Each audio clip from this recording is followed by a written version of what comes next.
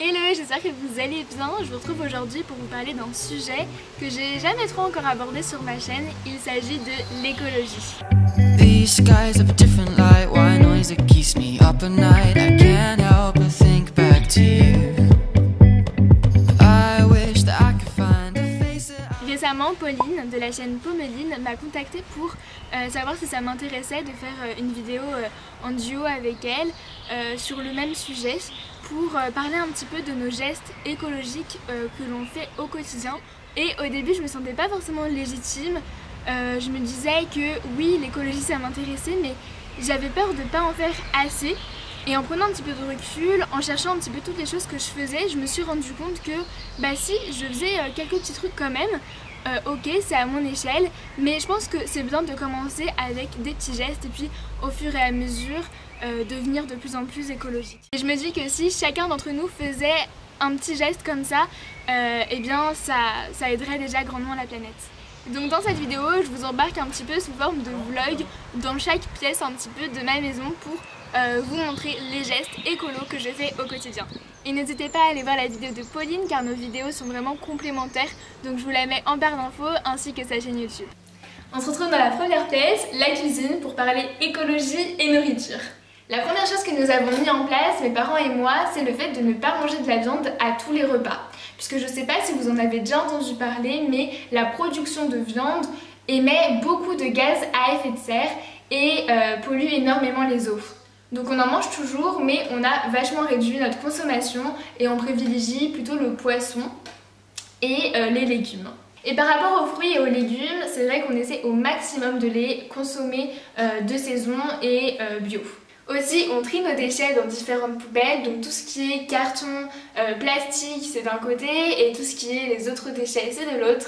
Mais bien évidemment, je ne les ai pas à vous montrer, puisque le camion de poubelle passe demain, et donc on a mis nos déchets recyclables dans la poubelle, logique. Du coup, je les ai pas sous la main, ils sont dans la poubelle jaune. Bienvenue dans la salle de bain. Alors du coup, ici, je voulais vous parler de certaines petites choses par rapport à l'écologie. Logique, c'est un peu le thème de la vidéo. Donc d'abord, je voulais vous dire donc, que je privilégie les douches assez courtes pour me doucher. Et ça fait très longtemps d'ailleurs que je n'ai pas pris de bain, j'en prends vraiment pas souvent. Une fois de temps en temps pour me faire plaisir, mais vraiment c'est très rare. Là ça doit vraiment remonter à 6 mois je pense, voire 1 an que j'ai pas pris de bain. Donc écoutez, ça je pense que pour l'écologie c'est plutôt pas trop mal. Par rapport au gel douche, etc., j'essaie de prendre des produits bio. Pour mon shampoing, alors des fois j'avoue j'utilise un shampoing d'Essange. Donc ça je sais que c'est pas le top, mais par contre j'en ai un deuxième, là d'ailleurs il est en fin de vie, c'est un shampoing solide et c'est vraiment super pratique. Au début j'étais un peu réticente, je me suis dit ça va pas mousser et tout, et en fait non, ça marche super bien, les cheveux sont super après, donc voilà, là faut que je repasse commande parce que vu l'état du savon, il y en a plus beaucoup. Et ensuite par rapport aux masques, j'essaie de temps en temps de faire des masques maison quand j'ai un peu plus de temps que d'habitude. Et donc je vous présente la recette d'ailleurs tout de suite. Alors pour les ingrédients, il vous faudra le jaune d'un œuf et un avocat. Alors oui, je sais, l'avocat c'est pas le légume le plus écolo vu qu'on l'apporte d'assez loin, mais au moins il a la vertu d'être naturel et super bon pour nos cheveux. Donc on écrase l'avocat et on l'incorpore au jaune d'œuf. C'est vraiment super simple.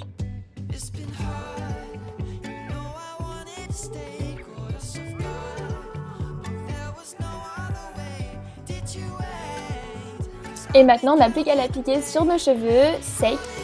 Et honnêtement c'est pas très ragoûtant, mais vous serez content des résultats.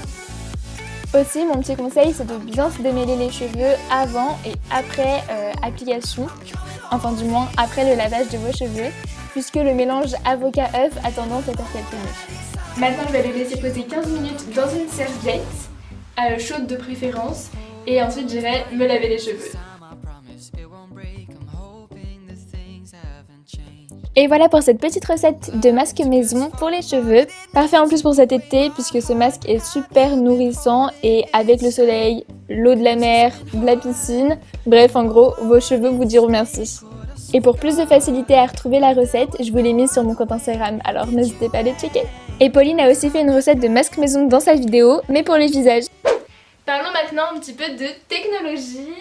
Alors la chose que j'essaie au plus souvent de faire, c'est vraiment de trier mon ordinateur, de supprimer les photos que je n'utilise pas, les mails aussi, puisque on penserait peut-être pas comme ça à première vue, mais en réalité les mails consomment énormément d'énergie. Et donc le fait de les supprimer, eh bien ça laisse un petit peu de place et ça laisse respirer le machin qui fait de l'énergie. Ok, j'avoue que j'étais super pas claire, je vous réexplique. Pour vous vulgariser un peu le truc, toutes nos données, y compris nos mails, sont stockées dans des grands bâtiments appelés les data centers. Et ces mails, ces données émettent beaucoup de chaleur. Et donc pour les refroidir, on a besoin de faire tourner des clims H24 qui tournent 7 jours sur 7 et donc ça produit énormément d'énergie. Pour résumer, plus il y a de mails sur votre ordi, plus il y a de données dans le data center et plus la clim tourne pour diminuer la chaleur. Et donc l'énergie est plus consommée. En gros, le mieux c'est de faire du tri dans vos mails et dans vos applis régulièrement. Petit zoom sur mon dressing pour vous parler de fringues. Et s'il y a bien un domaine où je ne suis pas écolo, c'est bien sur celui-ci. J'aimerais beaucoup me réorienter un petit peu vers quelque chose de plus écolo. Mais c'est vrai que j'achète toujours dans des magasins de fast fashion. L'idée de la fast fashion est de produire rapidement, fréquemment et à bas prix des micro-tendances vues sur les défilés pour les rendre accessibles au grand public. Le problème, c'est que ça incite le consommateur à renouveler sa garde-robe constamment et donc entraîne la surconsommation. Mais j'essaie de diminuer, déjà je fais pas des fringales tous les mois etc. Là avec le confinement j'ai encore moins dépensé, j'ai encore moins acheté dans des magasins comme ça. Et mon objectif un petit peu pour 2020 et pour les années à venir, c'est d'aller plus dans des friperies pour m'acheter des vêtements. Et aussi essayer de réfléchir avant d'acheter un article qui me plairait, me demander si j'en ai vraiment l'utilité, si j'en ai pas un similaire. Mais si un article me donne vraiment envie, que c'est un coup de cœur, eh ben, je vais pas forcément m'empêcher de l'acheter, mais en tout cas essayer de diminuer au maximum. Et d'ailleurs la dernière fois j'ai fait un énorme tri de toute ma garde-robe, vous pouvez d'ailleurs retrouver tout ça dans mon dernier vlog. Et ouais, donc j'ai fait un bon tri, je me suis séparée de certaines pièces et je me suis ouvert un compte Vinted pour pouvoir vendre un petit peu mes articles. Et c'est aussi pour moi l'occasion d'aller chiner sur Vinted d'autres petites pièces de seconde main. On se retrouve à ma coiffeuse pour parler beauté et tout ce qui s'ensuit en fait, donc maquillage, démaquillage. Et c'est vrai que là c'est un petit peu comme la mode, je suis pas la meilleure, je suis pas la plus écolo par rapport à ça, mais j'essaie de faire des petits pas et il y a une marque que j'affectionne tout particulièrement qui est la marque Avril. Je vous en avais déjà parlé en Insta Story puisque j'avais acheté quelques petits articles de chez eux. Et j'aime beaucoup cette marque qui est certifiée bio, naturelle et surtout en plus les produits sont vraiment à petit prix donc c'est vraiment chouette. Donc par rapport au maquillage j'ai des petits crayons pour les yeux mais je sais qu'il existe aussi des rouges à lèvres vraiment pas chers en plus. Et ensuite par rapport à la beauté, j'ai bien évidemment ma petite éponge Konjac. Je pense que si vous avez déjà regardé mes vidéos, vous savez, et notamment la morning routine, je pense que vous savez que j'aime beaucoup les éponges Konjac. Et je viens de me racheter celle-ci de la marque Avril, puisque la mienne qui venait de chez Sephora était un petit peu en train de dépérir. Et pour me démaquiller, j'utilise des cotons en tissu comme ceux-ci qui sont vraiment bien ceux-là. Donc je les ai trouvés dans un magasin bio, mais j'imagine que vous pouvez aussi les retrouver chez Avril, je les ai vus la dernière fois. Et aussi, je sais pas si vous connaissez, j'en ai déjà entendu parler, c'est les cotons d'Emma, les tendances d'Emma. Je vous mets ici si je me trompe. Et ce qui est vraiment super pratique et écologique, c'est qu'en fait, vous les utilisez une fois, vous vous les maquillez et ensuite vous les nettoyez et vous pouvez les réutiliser à l'infini, jusqu'à ce qu'ils soient plus en bon état. Mais ça dure très longtemps et puis voilà, vous jetez pas à chaque fois votre coton. Et j'ai aussi ce petit gant démaquillant qui est trop bien. Donc hop, on l'enfile. On fait comme ça avec de l'eau, un petit peu de savon et tout, hop, on se démaquille et puis c'est fini. Pareil, on le lave, on le réutilise et c'est vraiment top.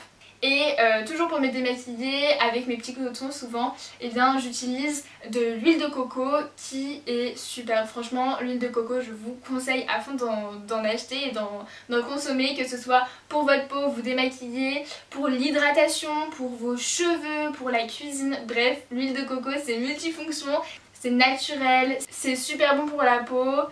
Bref, j'adore l'huile de coco. Je vous retrouve dans la rue pour vous parler de quelque chose qui me semble assez logique, mais j'ai pas l'impression que tout le monde trouve ça logique en fait. Il s'agit tout simplement de ne pas jeter tout ce qui est chewing-gum, détritus et en ce moment les masques. La dernière fois je suis sortie et j'ai trouvé ça juste choquant de voir tous les masques à tous les coins de rue en fait qui traînaient. Enfin je sais pas, il y a des poubelles qui existent pour ça, non? Et par rapport au déplacement, c'est vrai que j'essaie au maximum de ne pas forcément utiliser la voiture lorsque ce n'est pas nécessaire. Par exemple, je préfère utiliser le vélo, marcher. Bon après, pour aller au lycée, c'est vrai que c'est un petit peu plus loin de chez moi, donc voilà, mais j'utilise les transports en commun. Et si vous avez la possibilité d'aller à pied ou en vélo, etc.